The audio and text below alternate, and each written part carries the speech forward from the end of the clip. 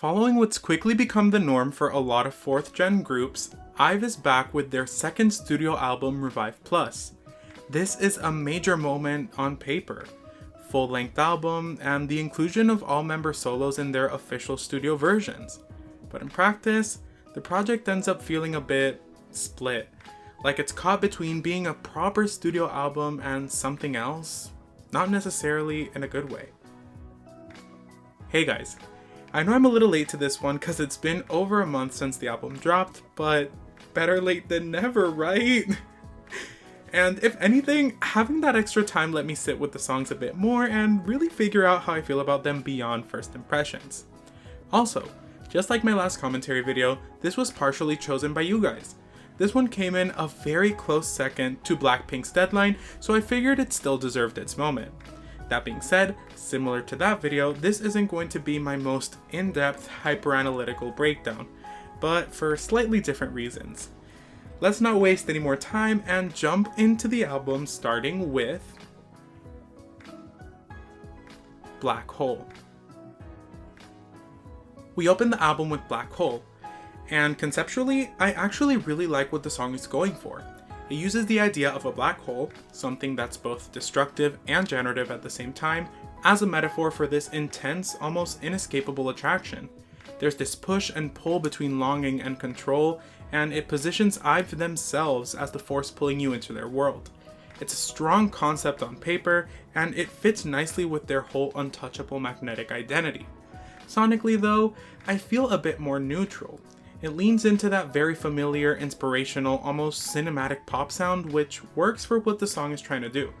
The chord progression and overall structure give it that intro energy, making it feel like the beginning of a journey rather than a full statement on its own. And as an album opener, I think it does its job pretty well. Where it starts to lose points for me is in its lack of distinction. It sounds good, but it also sounds familiar. And not just in a general, everything has been done kind of way, but specifically within IVE's own discography. It feels like it's pulling from sounds and structures they've already used, just slightly repackaged. It's not bad by any means, but it doesn't feel like a bold opener, more like a safe one. And that's something that starts to become a pattern as the rest of the album goes on. Bang Bang. Continuing on, we have Bang Bang, No Jessie J. This is where the album picks up a bit more energy. The song is built around this confident, high-energy EDM foundation with lyrics centered on independence, ignoring outside noise, and living life on your own terms. It's very much that we do what we want regardless of what anyone says type of anthem, which is always a strong concept. And I'll be honest, on first listen, I really liked it. It was catchy, and it had immediate replay value. I'll give some credit to the lyrics here, especially knowing Ekshi had involvement. There's a certain sharpness to the phrasing that helps sell the attitude of the song. That being said, the more I sat with it, the more it started to feel, once again, familiar, but in a different way. To me, this almost feels like IVE's response to the current wave of Western-influenced pop, specifically, something like Blackpink's Jump. They're pulling from a similar pool of inspiration, that slight country twang mixed with electronic dance elements. The difference is that Bang Bang feels more aligned with current trends, incorporating EDM with touches of trap to create something that's a bit more modern and, honestly, more cohesive. I do think the song is pretty inoffensive overall. It's fun, it's easy to listen to, and it does its job as a single. One of my favorite moments is definitely the bridge. The way they play with the syllables and align them tightly with the beat creates this really satisfying sense of urgency, especially with the countdown leading back into the chorus. It's a small detail, but it really adds a lot. If anything, my main issue is that it kind of set up expectations that the rest of the album doesn't follow through on. I thought we were gonna get something more EDM adjacent across the project, and that's just really not the case. So while this works well on its own, I feel it's a bit disconnected from the bigger picture. Hush. Now getting into the core of the album, we have Hush, which leans into this idea of keeping your feelings hidden while maintaining this composed, almost intimidating exterior. It's very much in line with IVE's whole imposing elegance concept, and the Y2K inspired groove gives it a slightly softer but still controlled energy. But this is where I start to feel like we're getting a bit too comfortable with familiar formulas. Because structurally and vocally, this song feels very reminiscent of things they've already done. Specifically, the way Liz delivers the end of the pre-chorus immediately reminded me of Attitude. It's not identical, but it's close enough that it pulled me out of the moment. And that's kind of the issue. It doesn't make the song bad, but it makes it feel less impactful. Instead of hearing something new, I'm thinking about something I've already heard before. That being said, there are definitely elements I enjoyed. The repetition of Hush in the chorus is very effective. It sticks in your head almost instantly, which fits the theme of the song perfectly. And the bridge is probably my favorite part. When the instrumental strips back to that pulsing beat and Yujin comes in, creates this really satisfying, almost hypnotic moment. It scratches my brain for real. So overall, I don't dislike the song, but it does feel like another example of IVE playing within their comfort zone a little too safely. Stuck in Your Head. Stuck in Your Head continues that theme of control and influence, but takes it in a slightly darker direction. The whole concept revolves around being so memorable and consuming that you basically take over someone's thoughts, comparing that presence to a virus or something you can't escape. It's a cool idea, and it gives the song a more hypnotic, almost eerie edge. And I think that's why I ended up enjoying this one a bit more than others on the album. The repetition in the chorus actually works in its favor here. Because the song is literally about being stuck in someone's head, having that hook loop over and over again feels intentional rather than lazy. But even with that, I still feel a bit indifferent overall. There's nothing here that really grabs me in a lasting way. It's enjoyable while it's on, but the moment it ends, I'm not really thinking about it anymore. There are moments that almost pull me in. The bridge, for example, had me moving a little bit, but it never fully commits to building something memorable out of these moments. So while I like it more than some of the other tracks, it still ends up falling into that same category of being just okay. Fireworks. Fireworks is unfortunately where things really started to fall apart for me, because this is probably the clearest example of what I mean when I say the album is reheating its own nachos. The song feels very close to I Am, and not just in a vague thematic way, but in the structure, the energy, the delivery, and even certain cadences. It's close enough that it becomes distracting. Like every time I listen to it, I can't fully separate it from that comparison. And that's a little frustrating because on its own, the song checks a lot of boxes. It's energetic and uplifting, it has that classic believe in yourself, embrace your inner spark message that usually does pretty well. The production is bright, the energy's there, it should work. But the similarities are just too strong. It completely breaks my immersion because instead of engaging with the song for what it is, I'm constantly thinking about what it reminds me of. And that makes it feel less like a continuation of their sound and more like a replication of something that already worked. There are still parts I liked, the guitar section, the bridge, even if it's short, but overall it just feels like a missed opportunity. Like they had the chance to build on one of their biggest songs and yet they just recreated it in a less impactful way. Hot Coffee. Rounding out the group tracks, we have Hot Coffee, which thematically centers around growth, self-discovery, and embracing the more intense, sometimes bitter parts of life, using coffee as that metaphor. It's about pushing through, finding your strength, and moving forward with confidence, which makes it a fitting closer for this section of the album. And I do think it works in that sense. It feels like a resolution point, something a bit more reflective after the energy of the earlier tracks. But sonically, I have mixed feelings. There are definitely parts I like. For example, Yujin's delivery in the chorus is a standout for me. The way she says coffee has genuinely been stuck in my head, and it's one of the main reasons I've gone back to the song at all. At the same time, the overall tone feels a bit off compared to what came before it. It leans more on the playful, almost childlike side, which isn't inherently bad, but paired with the more quote-unquote mature leaning tracks earlier, it creates a bit of tonal whiplash. It almost gives Disney Channel, and not in a good way. I felt a similar thing with Fireworks, so having them back to back makes that shift even more noticeable. And then there's the bridge.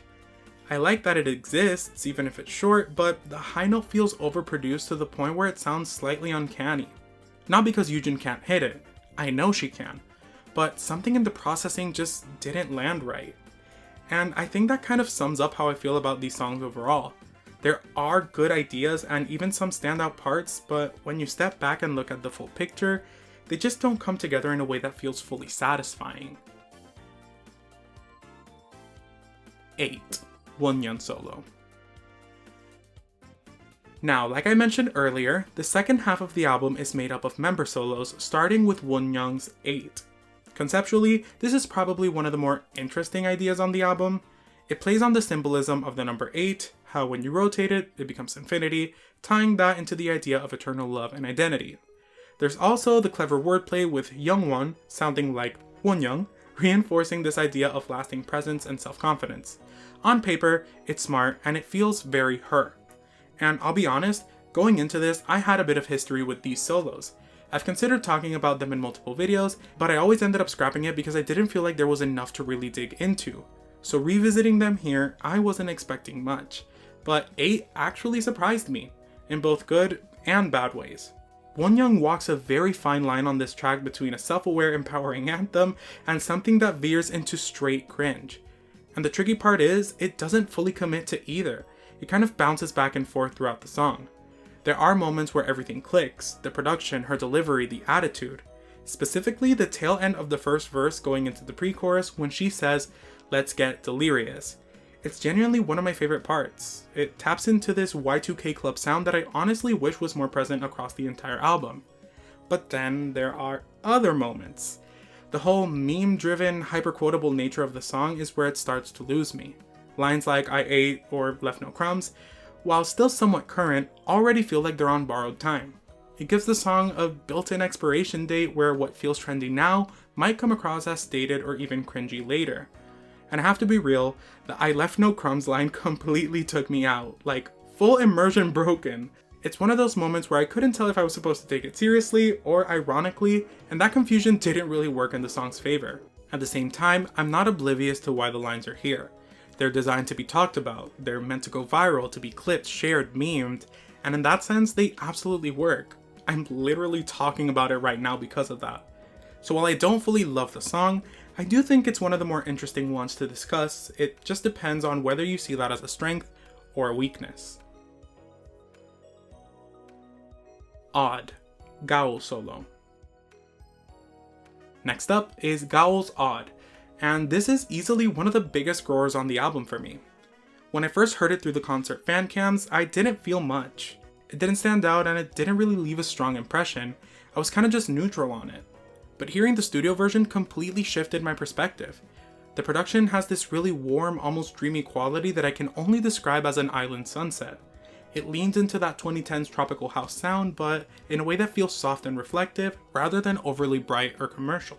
There's a sense of progression in the song that makes it feel like you're moving throughout a full day, eventually landing somewhere calm and peaceful. For me personally, it has this nostalgic quality that really hit. It reminds me of simpler times, like summer days during elementary school where nothing really mattered, just playing games, making videos, and existing without pressure. It almost feels like a safe space within the album, which is something I didn't expect going in. Gaeul's vocal delivery also plays a huge role in that. Her softer, breathier tone fits the production perfectly and helps sell that dreamy atmosphere. It doesn't feel forced or overdone, it just feels natural. So yeah, this ended up being one of my favorites. It's not the loudest or most attention-grabbing track, but it's one that stuck with me in a more emotional way.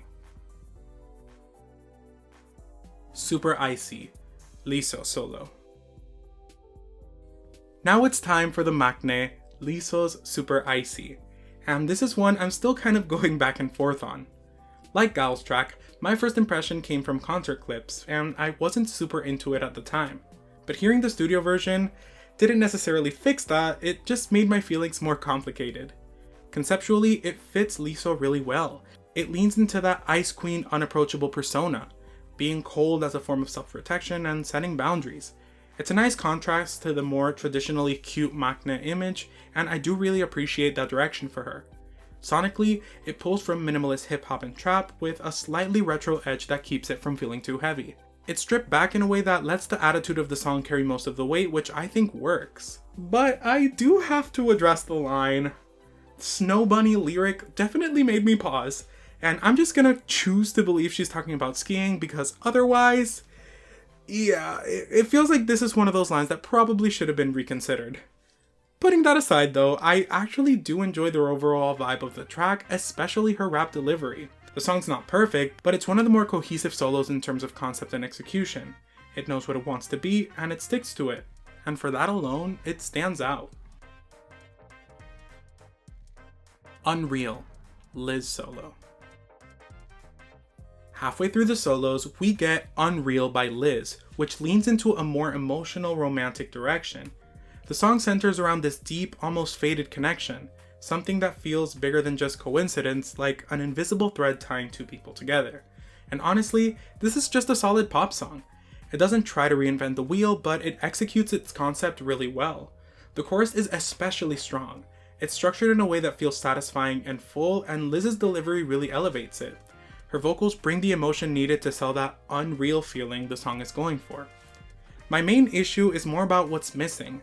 We don't really get a proper bridge, and I feel like that's a huge missed opportunity.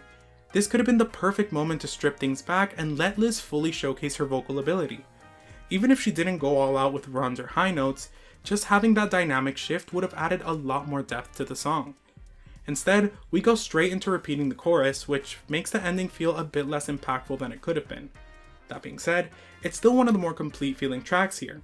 It does what it sets out to do, and it does it really well. In Your Heart, Ray solo. Now we get to my least favorite track on the album, In Your Heart by Ray. And this is frustrating because there are elements that I actually really like. The concept is cute, it's about being in love and hoping you already have a place in someone's heart. And I genuinely appreciate that Ray leaned into her identity here, incorporating Japanese, Korean, and even some English into the song. That multilingual approach adds a unique flavor that gives the track more personality. But unfortunately, the execution doesn't fully land for me. The production feels a bit overwhelming at times. Like, there's a lot going on, and instead of coming together cohesively, it starts to feel a little cluttered.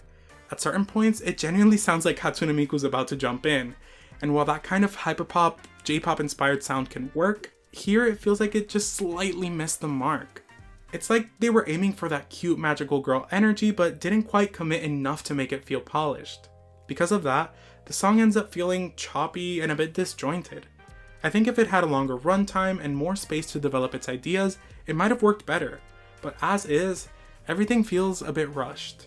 And ironically, that's why I don't mind that it's the shortest track, because I usually end up skipping it anyway. Sorry. Force, Yujin solo. Closing out the album, we have Force by Yujin, and this was actually the solo I was most excited for going in, especially based on the concert footage. The song leans into themes of intense attraction and emotional pull, comparing that feeling to Gravity, something you can't escape. It has that darker, more commanding energy, asking for full attention and presence without games. Once again, there are parts of this that I really like. The pre-chorus and the refrain do a great job of building tension. They pull you in, create that sense of anticipation, and make it feel like the song is about to fully take off. Yujin's delivery in those sections is strong, and it plays perfectly into that confident, commanding image. But then we get to the chorus and it just doesn't hit the way I want it to. It feels like it under-delivers compared to the build-up. Like everything is leading to this big moment and then it just kind of plateaus. It's not bad, but it doesn't have that punch or release the song feels like it's setting up. And that's where I end up feeling conflicted. Because the foundation is there. The concept works, the high note is great. There's undeniable confidence and Yujin sells it. But it's missing that final element that would have made it truly stand out. It's one of those songs where I can see the potential very clearly, it just doesn't fully reach it. Final album thoughts. So when it comes to IVE's Revive Plus as a whole, I really do walk away with mixed feelings. Because on one hand, there are genuinely strong moments across this album. Some of the solos bring a level of individuality and personality that feels refreshing, and even within the group tracks, there are flashes of what made IVE stand out in the first place. That polished, confident, almost untouchable kind of pop identity. When it works, it really works. But on the other hand, I can't ignore the fact that parts of this album feel a little too familiar. It's not a cohesive expansion of their sound, it feels almost like imitation of themselves. IVE has built such a distinct, quote-unquote, luxurious image over time, and that's a huge part of their appeal. But here, Some of the group's songs feel like cheaper extensions of that identity rather than natural evolutions of it. It's like they took the blueprint of what's worked before, tightened it up, and hoped it would be enough to carry a full-length project. And for me, that approach ends up cheapening the very image they've worked so hard to establish. Because of that, the album doesn't fully come together like a true studio album. It honestly feels more like a deluxe version of a mini, a collection of songs packaged together rather than a fully realized cohesive body of work. There are great pieces here, but they just don't always feel like they belong to the same vision. And that's where my main takeaway comes in. This album really highlights the tension between consistency and experimentation in IVE's current sound. Right now, they feel like they're in a transitional period. And to be clear, that's not necessarily a bad thing.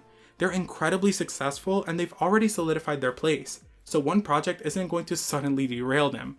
But at the same time, I do think they're inching closer to a point where things could start to feel stagnant if they're not careful. Some of the songs here lean into that familiarity a little too heavily, to the point where they start blending into their past work, and that's where I start to lose interest. Not because the songs are bad, but because they don't feel new. That's also why I keep thinking back to IVE Secret. Even though it wasn't my favorite release, I could feel them trying something different. There was a sense that they were slowly pushing their sound in a new direction. And while Revive Plus does have moments that continue that progression, they're often undercut by tracks that fall back into safer territory. So you end up with an album that feels split between moving forward and staying still. And then there's the solos. I understand why they're here. This has become a pretty standard trend for 4th gen groups, and individually, some of these tracks are great. They give each member space to showcase their identity, and in some cases, they end up being more memorable than parts of the group section. But in the context of this album, I'm not sure they were the best fit. If anything, I almost feel like this project would have been stronger if it fully committed to one direction, either a tighter, more cohesive mini-album of group songs, or a separate project dedicated entirely to solos. Because right now, the combination makes the album feel a bit disjointed, like two ideas competing for space rather than complementing each other. So overall, if I had to place Revive Plus in IVE's discography, it lands somewhere in the lower middle tier for me. Again, not because it's bad, but because it feels like a project with a lot of potential that doesn't fully come together. That being said, I don't think this is a sign of decline. I think it's a sign of transition. And what they choose to do next is going to be very important. Do they continue refining the sound they already have, or do they take a bigger risk and fully step into something new? Because the foundation is there. The identity they built and the talent they have is definitely there. It's just a matter of whether they're willing to evolve it. So that brings us to the end of this video. I'm sorry this one was also kind of on the negative side. Not as bad as Blackpink's, but it still wasn't super positive either. Regardless, I hope you enjoyed the video and could see where my critiques are coming from. Anyways, my next video should be out pretty soon. I'm also thinking of doing a rapid fire series where I talk about different single releases but do shorter videos on them. I'll probably post a poll about it, so if you want to be in the know, stick around. So thank you guys so very much for watching. Remember to like, comment, share, and subscribe. Click that bell icon so you're notified every time I post a video. Tell me in the comments down below, did you like the album? Do you agree with my takes, disagree, or fall somewhere in between? Let me know. Remember that I love you all so much, and I'll see you guys very, very soon. Bye!